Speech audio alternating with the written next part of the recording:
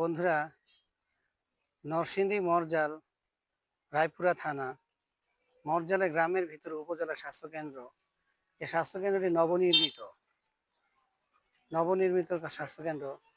এই স্বাস্থ্যকেন্দ্রটি এই জায়গায় হওয়াতে এলাকার মানুষদের অনেক কল্যাণে আসে।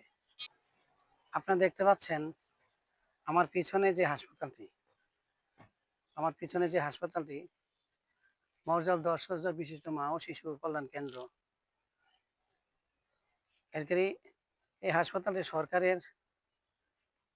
সরকার থেকে নির্মিত হয়েছে, যদিও এখনো হাসপাতালটি পুরোপুরি চালু হয় নাই।